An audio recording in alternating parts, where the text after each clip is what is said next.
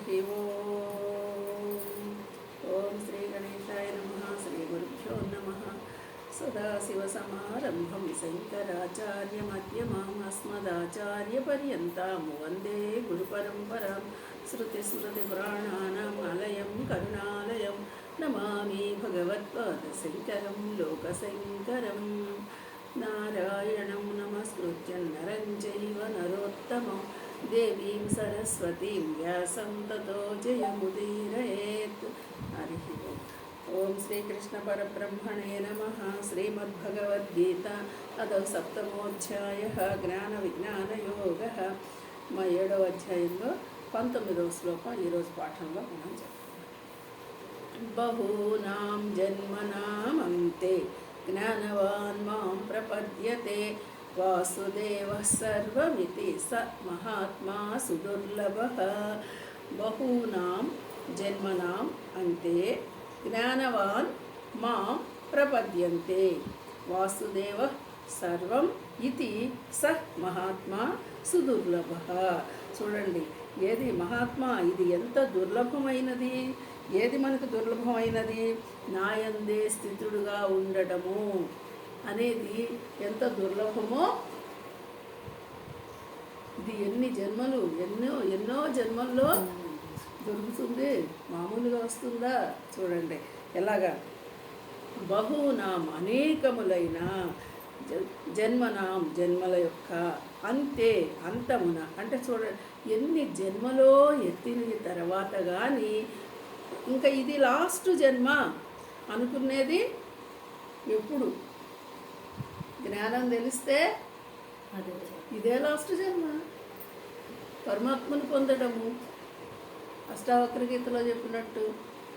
మరి తెలియకపోతే బహూనాం ఎన్నో జన్మలు, మరి ఎన్నో జన్మలు పిదప ఆ భగవత్ తత్వమును ఎరిగిన జ్ఞాని ఎన్నో జన్మలు ఎత్తితే కానీ భగవత్ తత్వాన్ని తెలుసుకోలేకపోతున్నాడు.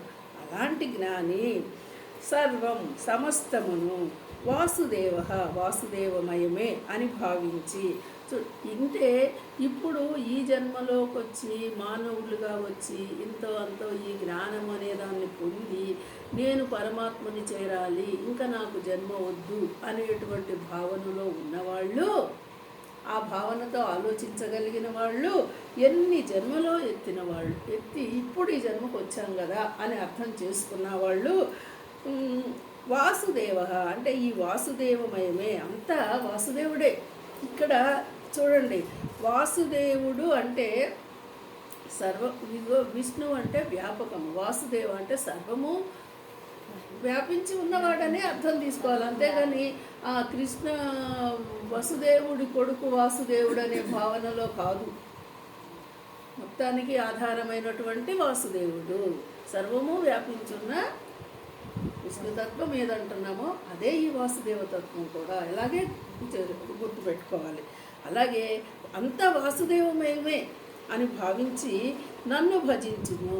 అంటే చూడండి, ఇప్పుడు పరమాత్మ తత్వాన్ని అర్థం చేసుకున్న వాళ్ళు సర్వం కల్విదం బ్రహ్మ ఆ భావనలోకి వచ్చిన వాడికి ఉన్నదంతా వాసుదేవుడే, ఉన్నదంతా పరమాత్మే, ఉన్నదంతా ఈశ్వరుడే. ఏ పేరు పెట్టినా ఎలా భావన చేసినా ఉన్నది ఒక్కటే తత్వం. ఆ తత్వాన్ని గుర్తించినవాడు నన్ను భజించు అంటే ఇక్కడ ఇప్పుడు ఇంకా వేరే ఇంకెవరైనా ఉన్నారా? నీ భావనలోనే ఒక్కడైపోయాడు. ఆ ఒక్కడు తప్ప ఇంకొకటి రెండవది లేదు. ఈ ద్వైతం లేదు, అద్వైతానికి వచ్చేస్తావు ఒక్కటిగానే. అలా వచ్చిన వాడు ఏం చేస్తున్నాడు? ఇంకా తనని కాకపోతే ఎవరిని భజిస్తావు?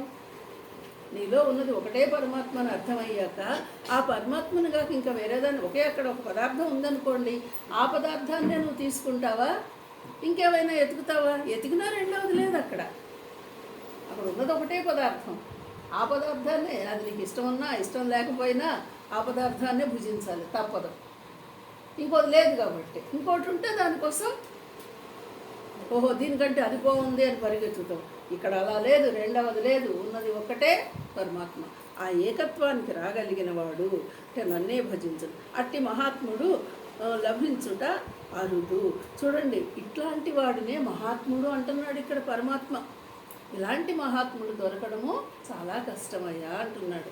అంటే ఎన్నో జన్మలు జన్మల తర్వాత ఈ జన్మలోనైనా ఇప్పుడు తెలుసుకున్న వాళ్ళు ఈ పరమాత్మని పొందడము సాధ్యం. అంటే మనం అంటాం ఎన్ని జన్మల పుణ్యం ఉంటేనో కానీ ఇక్కడ దాకా రాలేమండి, వచ్చిన వాళ్ళందరూ మాత్రం పరమాత్మను పొందుతున్నారా, పొందగలరా, అసలు నిజంగా అర్థం చేసుకోగలరా, కాలక్షేపానికి వింటున్నారా, ఇన్ని రకాల ప్రశ్నలు, ఇన్ని రకాల జవాబులు మనం వింటూనే ఉన్నాం. కానీ మహాత్ములు చెప్పింది ఏంటంటే ఈ జన్మలోనైనా సరే కాదు, ఈ జన్మలోనే నువ్వు మరి జన్మరాహిత్యాన్ని పొందగలవయ్యా అని శాస్త్రం స్పష్టంగా చెప్తుంది. ఎప్పుడు ఇక్కడ శాస్త్రంలో చెప్పిన రీతిగా నువ్వు ఉంటే మరి దాన్ని అర్థం చేసుకొని ఆ రీతిగా ఉన్నవాడు ఎందుకెళ్ళారు ఈ జన్మలోనే. మనము అనుక్షణము ఏం చేస్తున్నాము, పరమాత్మ తత్వము, భజన చేయడం, పూజ నామాలు జపాలు ఇవన్నీ చేస్తూ కూడాను ఇంకా ఈ నేను అనే భావన పరమాత్మలోకి కాకుండా నాకు నేను దేహంగా చూసుకునేటువంటి భావనలోనే ఉంటుంది.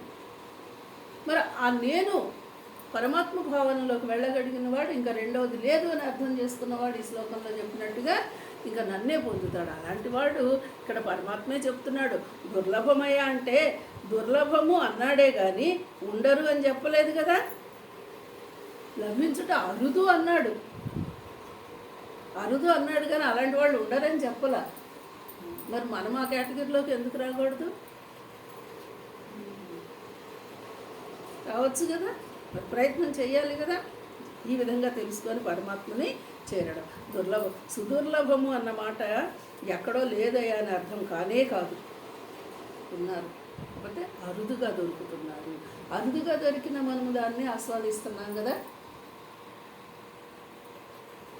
అంత సులభంగా దొరికితే మనిషికి అందరూ తీసుకోగలరు, సులభంగా దొరికితే అందరూ తీసుకుంటారు. సులభం కాదు కాబట్టే ఎన్నో జన్మలు అని చెప్తున్నాడు. నువ్వు వచ్చాం కదా, మరి దీన్ని ఈ జ్ఞాన మార్గంలో ఉండి ఆ పరమాత్మని చేరాము అంతే. ఇంకా ఉన్నది అదే, ఆ భావనతోనే ఉండగలగాలి. హరి ఓం.